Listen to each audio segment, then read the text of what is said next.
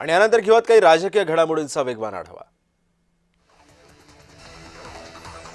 राष्ट्रपती द्रौपदी मुर्मू आज नागपुरात ब्रह्मकुमारीच्या राज्यव्यापी मोहिमेचा प्रारंभ करणार आहेत। जामठा येथील विश्वशांती सरोवर येथे कार्यक्रमाचं आयोजन करण्यात आलं आहे। सायंकाळी या कार्यक्रमाचं लोकार्पण उद्घाटन होणार आहे आणि यावेळी राज्यपाल आचार्य देवव्रत, पालकमंत्री चंद्रशेखर बावनकुळे सुद्धा उपस्थित राहतील।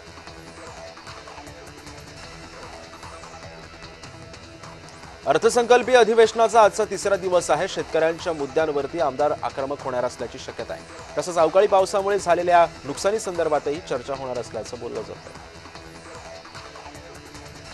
राज्यसभा निवडणुकीबाबत वर्षा बंगल्यावर एक महत्त्वपूर्ण बैठक आयोजित करण्यात आली होती आणि मुख्यमंत्री देवेंद्र फडणवीस, प्रदेशाध्यक्ष रवींद्र चव्हाण यांच्या उपस्थितीमध्ये 12 प्रमुख नेते बैठकीला हजर होते।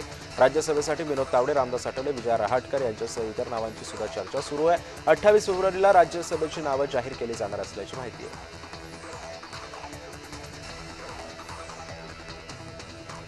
शरद पवारांना रुबी हॉल रुग्णालयातून क्लिनिकमधून डिस्चार्ज मिळालेला आहे। शरद पवारांची प्रकृती स्थिर असल्याची माहिती डॉक्टरांनी दिली। गेल्या 4 दिवसांपासून पवारांवरती उपचार सुरू होते।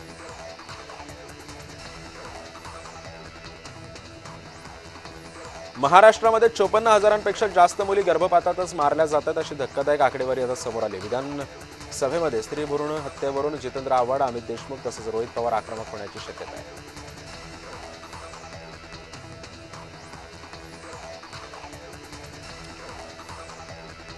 भाजपचे प्रदेशाध्यक्ष रवींद्र चव्हाण यांनी भाजपच्या नव्या प्रदेश कार्यकारिणीची घोषणा केली। यातच आता अहिल्यानगरचे माजी खासदार सुजय विखे पाटील यांची भाजप महाराष्ट्र प्रदेश उपाध्यक्षपदी निवड करण्यात आलेली आहे।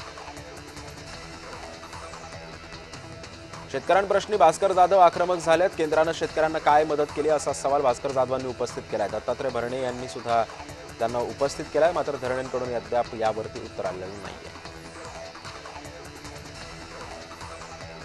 राज्यसभेच्या उमेदवारीबाबतचा निर्णय झालेलाच नाहीये। आघाडीचे सर्व नेते एकत्र बसून निर्णय घेऊ असं राज्यसभा निवडणुकीबाबत शशिकांत शिंदे यांनी विधान केलं।